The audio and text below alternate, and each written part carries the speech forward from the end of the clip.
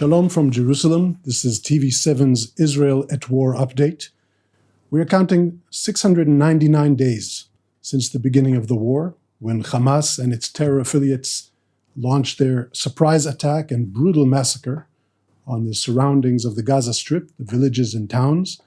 And since then, almost 2 years engulfed in this multi-front war, circling back to Gaza as the main front, and still 48 hostages being held in brutal conditions in the Gaza Strip, 20 of them alive.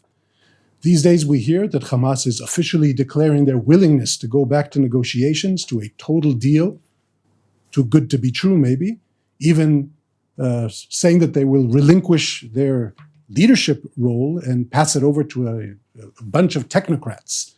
Of course, we understand what this might mean. And this clashes with the Israeli policy and maybe even the policy in Washington. And as policy is in a standstill, the IDF is now in full preparation mode for launching its attack on the Gaza City. 60,000 reservists being called in. So you see the IDF really in the last phases of being prepared. And the other fronts are still active. Rockets coming in from Yemen, mostly being shot down or falling short. And the IDF is still striking Hezbollah. To analyze these issues and more, I'm joined here by our panelists. I would like to say shalom and welcome to Brigadier General in the Reserves, Dr. Amnon Sofrin, former Chief of Intelligence Directorate at the Mossad. Shalom. Hello, everyone. Brigadier General in the Reserves, Doron Gavish, former Israeli Air Force Air Defense Chief. Welcome, Doron. Shalom. And shalom to Mr. Marshall Billingsley, former Assistant Secretary for Terrorist Financing at the U.S. Treasury, former Special President Envoy for Arms Control at the State Department, and currently Senior Fellow at Hudson Institute. So welcome to all of you, and we have a lot to cover, but maybe, Mr. Billingsley, let's start with this proposal by Hamas, saying that they're willing to sit down to negotiations. How do you see their offer? How do you see Israeli policy and U.S. policy in this matter? I see it as further stalling. They understand that, and by the way, Hamas is a shadow of its former self. The vast majority of the senior leadership has now been wiped out, including with the targeted strike on their spokesman just a few days ago. And so this is a positive development that the pressure on them continues to grow as Israel prepares to move into the remaining unoccupied parts of the Gaza Strip. But this idea of a technocratic regime, we've seen this before. This is what Hezbollah engineered as a way of gridlocking the Lebanese government for many, many, many years. So we should be wary of that. We should be insistent on the unconditional return of any remaining surviving hostages, as well as the bodies of those that the Hamas terrorists killed and continue to hold. General Sofrin, how do you see this? And of course, we even have a camp in Israel that is pushing for ending the war. So when Hamas says we're willing to end the war, of course, this is maybe promoted even by a camp in Israel. How do you see this proposal? I think that Hamas is playing a double game. First of all, Hamas is under pressure because we understand that we are going to launch an attack on Gaza and we are not going to stop it. And we are not going to, we are not just playing chicken. We really mean business in this case. And Hamas is under pressure because it understands that maybe this will be the last blow on its, what we call its capability to control Gaza Strip and to demolish everything that is left. So they came out with a proposal that says, by the way, and this is consistent from the day one of this war. We are willing to stop the war totally, to return all the people that are being held in our captivity, alive and dead. But on two provisions. First of all, you are going to leave Gaza Strip totally. Not even one IDF soldier will remain in Gaza Strip. And the second one, we want what we call international guarantee that you are not going to renew the war and re-attack us one more time. In compensation, we were willing to give what we call a government of technocrats. We are not going to rule Gaza Strip, but definitely we are going to stay there. And Israel insists that no one of the leadership of Hamas is going to stay in Gaza Strip. The whole issue or the whole Gaza Strip will be dismantled from weapon systems, and they don't match each other.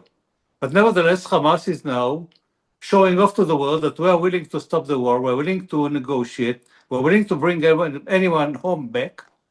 But the Israelis don't want just now. It's not us that are what you call putting problems on the way. It's the Israelis. It's not us. General Gavish, at least the way it's portrayed in Israeli media, it looks like the defense establishment in Israel and the Chief of General Staff have recommended to the government not to move forward with the operation in Gaza. I know it's sensitive. I know you can't believe exactly the way it's portrayed in the media, but it was even said that the Chief of General Staff warned the government that this is moving forward maybe to even a military rule coming November. On the other hand, when the Chief of General Staff turned to his troops, he's very clear, very determined, and it makes sense. He says, we have a job to do. We have to finish Hamas. How do you understand this balance, this delicate balance between the senior military leadership and the politicians? Well, Reuven, this is exactly what you are expecting, I think, from the general or the IDF commander. And those are viable and legitimate, I think, discussions that, by the way, we all would prefer that they would be kept on the cabinet without all kind of them being leaked outside, and you don't know exactly who is doing it and what is his interest and so on.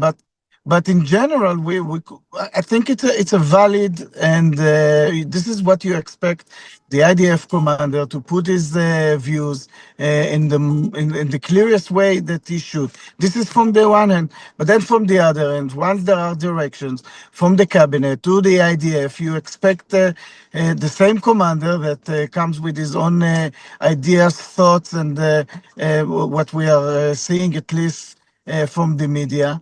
But when it comes to the IDF itself, he is very determined, exactly as you said. We have quite a large number of reserves that being recruited for this mission. I think that and with a very high, we have to say, very high rate of them coming into this mission, which is to some people it is surprising, because there were a lot of noises about the Israeli reserves that they are exhausted and so on. It is not the case. I think that the IDF commanders, once they would get the order, they would do it from a point that they believe in what they are doing. And at the end of the day, of course, we would see what would be the results and what would be the outcomes. But I think that the IDF, at the end of the day, is determined for this mission once the final decision would be made. Mm-hmm. Absolutely. Mr. Billingsley, I was looking forward to meeting you today. I thought you could shed light on this new leaked Trump plan called the Great Trust. GREAT stands for Gaza Reconstruction, Economic Acceleration and Transformation. And there are very notable names in there calling this Trump Riviera and some assets there called after Musk. And it looks amazing, a 10-year plan. Gaza Strip in these depictions looks nicer than Tel Aviv. How do you see this plan? What does this mean?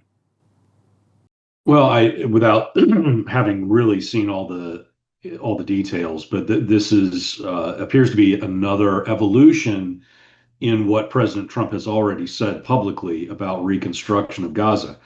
I think what the president is pointing to is that there's a much better future that lies ahead for the Palestinian people if they shed this terrorist dictatorship and this terrorist control in Gaza. And that the president is signaling that he intends to see other Arab nations take responsibility, not just for hosting the Gazan population outside of the Strip as it's reconstructed, but to also take responsibility and interest in reconstructing the Gaza region. The president is a highly successful real estate developer, as we all know. And so he does very much think along those lines. He has another real estate type expert with him, Steve Witkoff, who also seems to think in similar ways. So I don't find it surprising And I do think it's an encouraging signal about the potential for a prosperous future.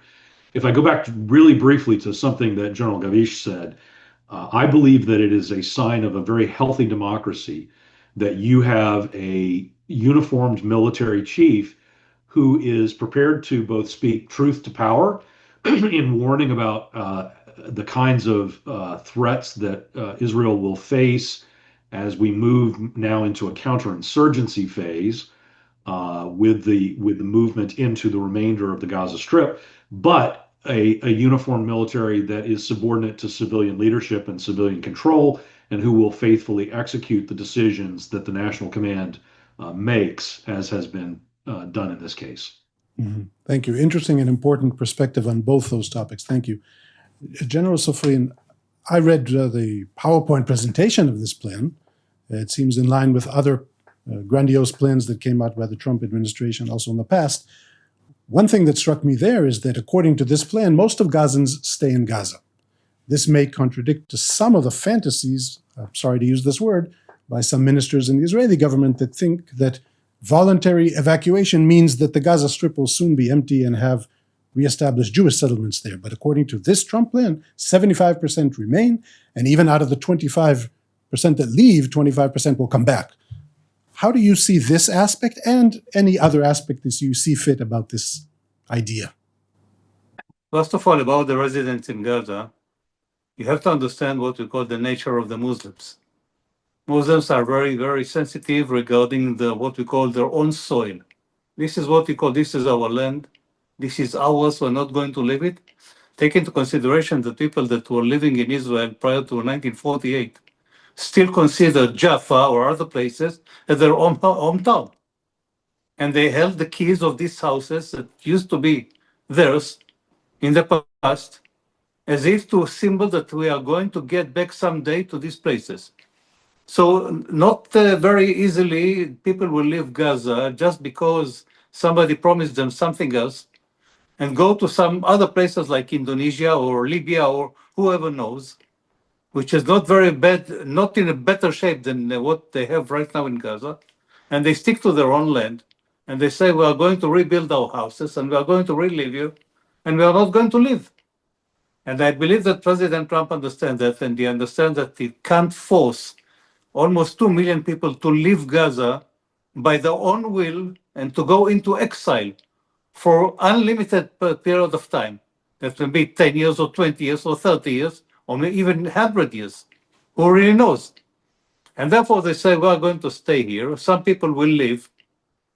I believe that about 20 to 20% of the population will leave Gaza because they want to improve the what we call terms of living. But nevertheless, most of them will remain there and will try to rebuild their own houses, to rebuild the future, and to stick to their own ground. General Gavish, how do you see this? And could it be that even our closest friends miss the main point, and that is this ideology of jihad, that Hamas don't want better life? And I'm not talking simple Gazans. Of course, there are many good Gazans that all they want is better future for their children. But that we're fighting a fundamental jihadistic idea, and they don't care about a better life. Is this missed? Who are you referring to, Reuven? I'm referring to Hamas that currently holds the Gaza Strip. And if we would have elections in the West Bank or Judea and Samaria, maybe they would even get elected there. Yeah. Yeah, but you were saying that there are some of our friends. Who exactly are you meaning? Because if it is the United States, I don't really see that there is a challenge there. I think that we are in general seeing things eye to eye. With the support that we have from the Trump administration, we never had such a support that I could remember in the past. I think that for sure the current administration understands the nature of the Hamas, the nature of such a terrorist organization, and it is not for the idea that is being compared to ISIS, which was done for more than once by President Trump.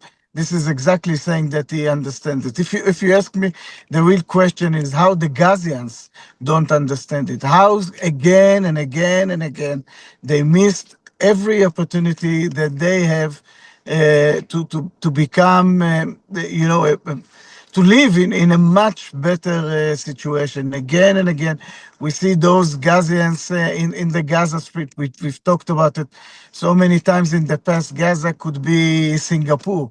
But even today, that after everything that happened to them, because of what is being done by the Hamas, they are still supporting the Hamas. Some of it, as you said, some of them in the Gaza Strip are supporting the Hamas. This is this is the real tragedy of all this story. I wish that in some point they would really, I would hope for them for a better life.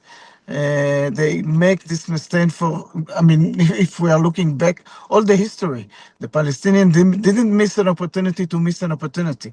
And it looks that they are doing it again. I really hope that all those initiatives that are coming from the US government with what would happen in the next few months in the Gaza Strip together, maybe would bring them to a point that they would understand that at the end of the day, this is for their benefit.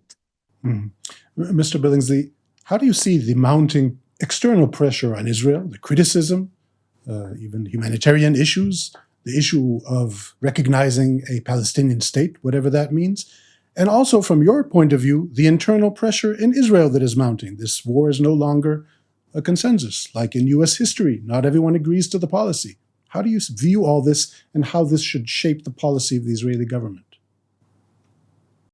To the question of whether the United States writ large understands the dangers of Islamic fundamentalism and the kind of totalitarian jihadism that we see with Hamas and other organizations, I think for the large part of the current administration, the answer is they get it completely.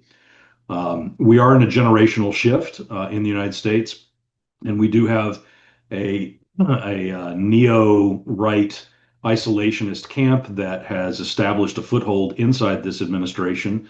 But I think when it comes to the president himself, as mentioned, as he equates Hamas with the ISIS-Daesh kind of mentality, that's exactly correct, and that shows that there's no misunderstanding. There is a deep misunderstanding. There is a deep miscalculation being made by our French and British allies, who, with their actions and their discussion on recognition of a so-called Palestinian state, are actually encouraging the intransigence. They're encouraging the Palestinians to yet miss again an opportunity, and it's not helpful. And so what the United States diplomatically has been doing in a way that, frankly, the state of Israel probably cannot, is we've been making crystal clear to our NATO allies that they need to stay out of this. Important point. Let's shift gears from Gaza, because I think we solved Gaza in this debate, or I'll say we understand where it's going. It's certainly going to the next phase of military operations in Gaza City. There's no question about that. And General Sofrin, how do you see Lebanon right now? Recent attacks by the IDF on Hezbollah, implementing our new policy of not containing anymore, but thwarting, and some complaint by UNIFIL, maybe that we struck something too close. How do you see that arena? First of all, we change our mode of acting in Lebanon. We don't wait for something to happen. We carry out preemptive attacks all the time. Every time we see something that we consider as violation of the agreement that was signed on November 27, 2024, we react immediately. We don't allow it to exist even for 1 minute. And I mean that the fact that Hezbollah is trying to rebuild its capability on its capacity on southern Lebanon. That's first. Second, now there is a debate between the Lebanese government and the Lebanese president and Hezbollah. And of course, on the other side, you have Nabi Berri, the Shiite leader, which is the leader of Amal and the chairman of the parliament, who is also supporting Hezbollah. And he claimed this week very openly that you don't dismantle Hezbollah from its armed forces as long as Israel is holding its positions in South Lebanon, as long as it's carried out attacks in South Lebanon. First of all, the Israelis should go out. Second, we should reconstruct southern Lebanon, and only then we can deal with Hezbollah and its weapon systems. That means it says we have priorities, and please follow these priorities. Now, tomorrow, the government of Lebanon should convene and authorize or approve the plan that will be presented by the armed forces to dismantle Hezbollah until the end of this year. By the way, the armed forces of Lebanon is now gathering weapon systems from the Palestinian refugee camps in the area of Tyre, in the area of Beirut, in other places, and they're willingly giving some of the weapon systems, not all of them, of course, but this is a very good sign. That means that they're cooperating with the government. It is ordered by Abu Mazen from the Palestinian Authority in Israel, and he told them to cooperate with the government and to give them weapon systems, and it's working so far, so good. But Hezbollah is another story. Hezbollah won't give up its weapon systems, and there is a potential clash between those two, even though French, the US administration, and everyone else, including Israel, don't want clashes between the Lebanese government and Hezbollah. And Israel gave a sign to the Lebanese government that if you are not going to dismantle Hezbollah, we are going to take care of that. And this is a great sign for the government of Lebanon. And I believe that we are going to face very tense period of time within the coming months of potential of clashes between Hezbollah and the armed forces of Lebanon. Mm-hmm. And we hope our Lebanese neighbors all the best and success in this endeavor, truly. General Gavish, you're the number one person in Israel to ask this. If we do go back to hostilities with Hezbollah, and if Yemen want to give us their worst as far as ballistic missiles, what do they have? Well, we have to remember that around 70% of the rockets of the Hezbollah were hit by and struck by the Israeli Air Force, but still they do have thousands of rockets, they do have launchers, and there is a threat that might come from there. Of course, the Israeli systems are fully ready for that.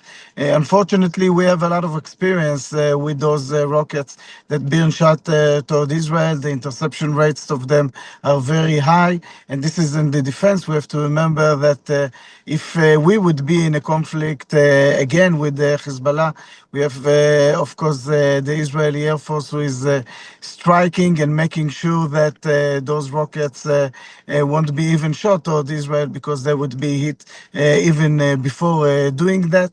And we would fully apply the doctrine that I'm sure that our viewers can sing it by themselves, which is attack operation, alert operation, active defense, passive defense. That's the last thing that I would say, that against leaning on the history of this war. Overall, there were tens of thousands of rockets that were shot toward Israel, and at the end of the day, the damage and the casualties in Israel was very, very low.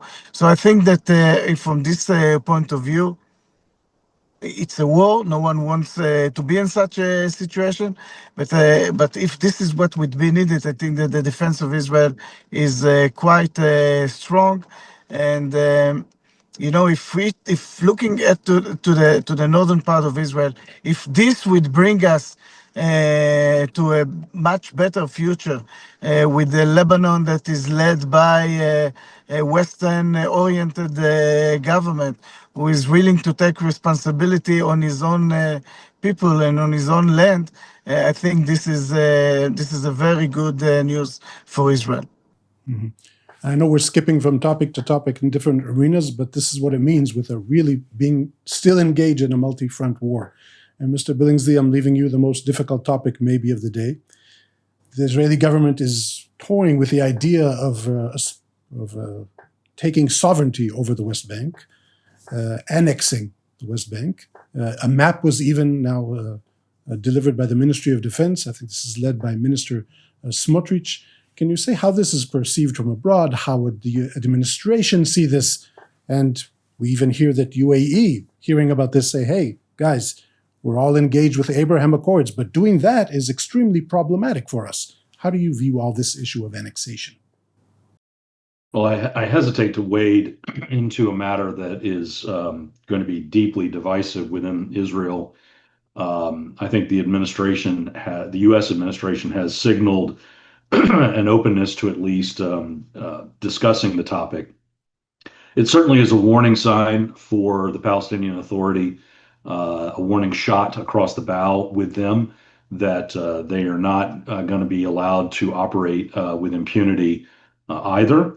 But there are huge downsides to going back in and reestablishing direct control in the West Bank. As you mentioned, one of those downsides being the potential re-severing of ties with some of the Arab nations that have normalized relationships under the Abraham Accords. It also risks jeopardizing bringing Saudi Arabia into the Abraham Accords as well. And there are huge, enormous economic upsides to normalization with Saudi Arabia for Israel. So I would urge that those matters be weighed very carefully. One other point back on Lebanon. There really are two fundamental pillars of importance when it comes to Lebanon, at least as the way the U.S. sees it.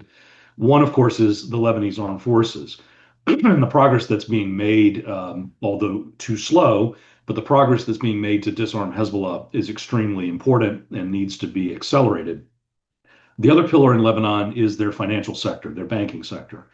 And here I have to say, having worked with General Safrin's colleagues very closely over the years to disrupt and destroy Hezbollah finances, I think the new central bank governor in Lebanon, the moves that he is making and the reforms that he's making, together with what Israel did to Al-Qard al-Hassan, the Hezbollah financial system, and destroying it effectively, these are very, very positive indicators as well. And so we should keep an eye on the banking sector as well, because that's a leading indicator of stability in Lebanon for the Lebanese people.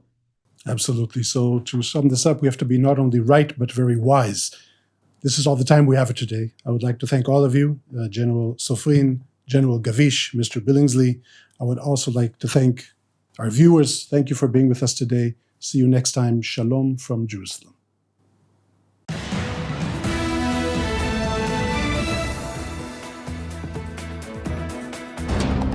For more of TV7's productions and editorials, we invite you to visit our website at www.tv7israelnews.com.